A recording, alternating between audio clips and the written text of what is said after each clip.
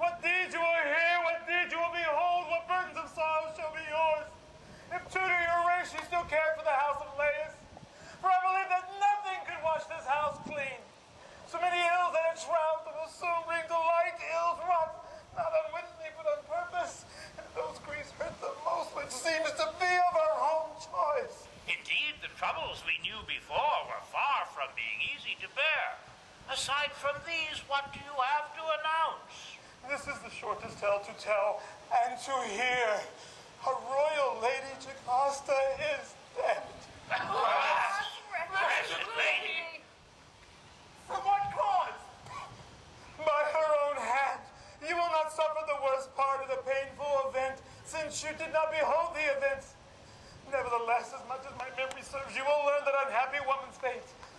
When frantic she passed within the vestibule, she rushed straight towards her marriage bed, clutching her hair with the fingers on both hands. Once inside the chamber, she dashed the doors together behind her and called on the name of Laius, long since a corpse. Thinking of that son born long ago, by whose hands thy father slain, leaving thy mother to breed a cursed offspring with his own child, and yet she bewailed the marriage in which, oh wretched woman, she had given birth to a twofold brood. Husband by husband, children by her own child. And how she perished, I do not know, for Oedipus burst in and did not allow us to watch her woe on him, and to the end. On him our eyes were set to and fro he went, asking us to give him a sword, asking us where he could find the wife, who was no wife, but a mother whose womb, who had borne both him and his children. And in his frenzy, a power greater than mortal man was his guide, for it was none of us mortals who were near. And with the dread cry, as those who beckoned him on, he sprang towards the double doors, first the bending bolts out of the sockets, and ran into the room. And there we behold a woman hanging by the neck in a twisted noose of swinging cords. And when he saw her, he released the halter by which she hung. And when the hapless woman was stretched out on the ground, the sequel was horrible to see, for he tore from her the golden brooches with which she decorated herself, and struck his own eyes, uttering words like these: "No longer will you behold the horrors as I was suffering and performing. Henceforth I shall be strong." And in dire refrain struck his own eyes. Not once, but often, with each blow the bloody eyeballs bedewed his face and sent forth not sluggish drops of gore. But all at once, the blood came down like hell. And from the deeds of the two of them, such ills have broken forth, not just one alone, but with mingled woe for man and wife. Oh, happiness, happiness indeed. But yet today, lamentation, ruin, death, and any earthly ill that anyone can name are all theirs. And does the sufferer have any respite from pain now? He cries for someone to unbar the gate so he can show all the cataments, his father's slayer, his mother's, oh, the words will not pass my lips, in order to banish himself from the land and not put the house under his own curse. And yet he lacks strength and someone to guide his steps. His anguish is too much for him to bear. He will soon show this to you. Soon you will see a sight that even he who abhors it must pity. Object faithful men to speak! Oh, dreadful horrors and my God! Unhappy one, what madness has come upon you? Who's the unearthly foe, who with a leap of more than mortal range has made royal starlight his prey? Alas, alas, you hapless mare! I cannot even look on you. Though there is much I desire to ask, much I desire to learn, much that draws my wistful gaze. With such shattering do you fill me? Alas, wretch that I am, where am I carried in my misery? Oh, my fate, how far you have sprung. To a dread place, dire in men's ears, Dire in their sight! Oh, horror of darkness that enfolds me. How my soul was pierced by the memory of sorrow. No wonder amidst these woes you mourn and bear a double pain. Ah, friend, you still are steadfast in your care for me. Still have patience to tend to the blind man. Blind though I am, I know your voice full well. Man of dread deeds, How could you quench your vision in this way? What divinity urged you on? It was Apollo, friends. Apollo who brought these troubles to pass. These terrible, terrible troubles. The hand which struck my eyes was none other than my own. Why should I see when sight showed me nothing sweet? These things were just as you said. What can I behold anymore? What can I love? What greeting can touch my ear with joy? I, the utterly lost, thrice cursed, the mortal most hateful to the gods. Wretched alike for your fortress and for your understanding. Would that I had never known you. Perish! The man, whoever he was, who freed me from the cruel shackles on my feet. If I had died, I would not be so sore a grief to my friends, to my own soul. I too would have had lost. Now I am forsaken by the gods, son of a defiled mother, successor to the bed of the man who gave me my own wretched being. If there is a woe surpassing all woes, it has become Oedipus' lot. I cannot agree that you have counseled well. You would have been better dead than living alive. Do not tell me things have not been best done in this way. Give me your counsel no more. If I had sight, I know not with what eyes I could have looked upon my father when I came to the house of Hades, or on my miserable mother. Since against both I have sinned, such sins as hanging myself could not punish. Indeed, if I could choke off the source of hearing, I would not hesitate to make a fast prison of this wretched frame, so that I should know neither sight nor sound.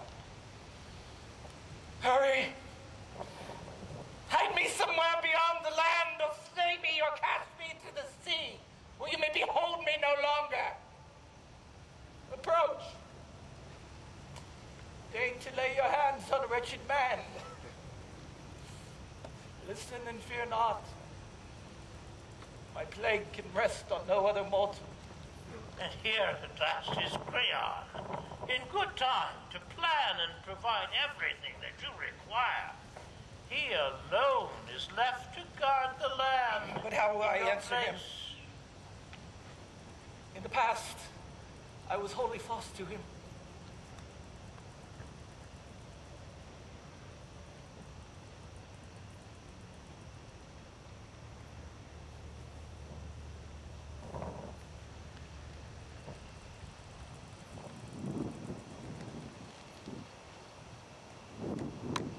I've not come to mock or reproach you with any past fault. But if you no longer respect the children of men, revere at least the all-nurturing flame of our Lord the Sun, and don't show so openly such a pollution as this. One neither earth, nor holy rain, nor the light itself can welcome. Take him into the house as quickly as you can. It best accords pity that kinfolk alone should see and hear a kinsman's woes. For the gods' love, since you have come in a spirit so noble, to me, a man most vile, grant me this request. I will speak on your own behalf, not mine. What do you wish so eagerly to get from me? Cast me somewhere beyond this land, to some place where no mortal may ever greet me again. This I could have done, to be sure, but I craved first to learn from the god all my duty. But in his pronouncement he has set forth in full that I am to perish, vile man that I am. Thus it was said, but since we have come to such a pass, it is better to learn clearly what should be done. Then will you seek a response on behalf of a wretch such as I? Yes.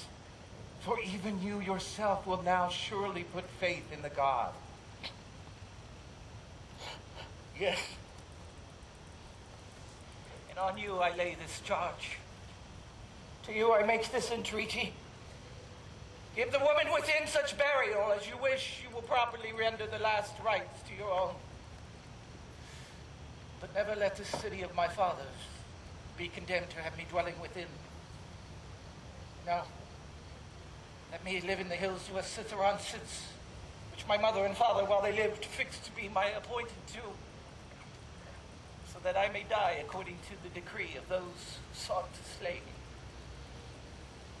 Yet I know this much, neither sickness nor anything else can destroy me, for I never would have been snatched from death except in order to suffer some strange doom. But let my fate go where it will.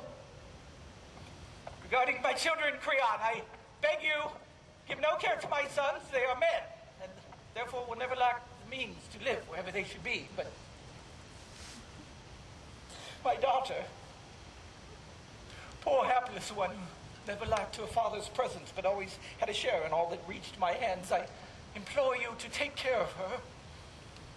And if I may, let me touch her with my hands. Granted, Prince. Granted, noble heart. If I could but once touch her with my hands, it would be as if I had her, just as when I had sight. But what is this? Do I hear my daughter sobbing? Can it be that Creon has taken pity on me and sent me, my darling, my loved one? Am I right? You are. I have brought this about, for I knew the joy that you have long had with her, the joy you will now have. Bless you. And for this errand, may the god prove a kinder guardian to you than he has to me. But where is my child? Come here. Here to the hand of the one whose mother was your own. The hand that has made your father's once bright eyes to be such orbs as these. It is for you also that I weep when I think of the bitter life that men will make you live. To what company of men will you go? To what festival from which you will not return home in tears, not sharing in the holiday? And when you reach a ripe age for marriage, who then will wed you? The man does not live, but you will wither, my child, in barren maidenhood. Creon, hear me. You are the only father left to her. We, your parents, are both gone. I beg you, do not allow her to wander poor and unwed, nor abase her to the level of my woes. But pity her, seeing her deprived of everything but you at such an age. To you, my darling, I would have given much counsel if your mind was more mature. But now pray that you may live where occasion allows, and that the life which is your lot may be happier than your father's. Your grief has had a sufficient scope. Move on into the house. I must obey, but in no way do so gladly. Yes, for it is in season that all things are good. Do you know in what terms I will go? You will tell me, then I will know when I have heard them. Then let me dwell somewhere beyond this land. You ask for what the gods must give. To the gods I am most hateful. Then you will quickly get your wish. Then you consent. It is not my way to say idly what I do not mean. Then it is time for me to be led away. Come then, but No! Do not take her from me. do not wish to be master of all things. The mastery which you did attain has not followed you through life.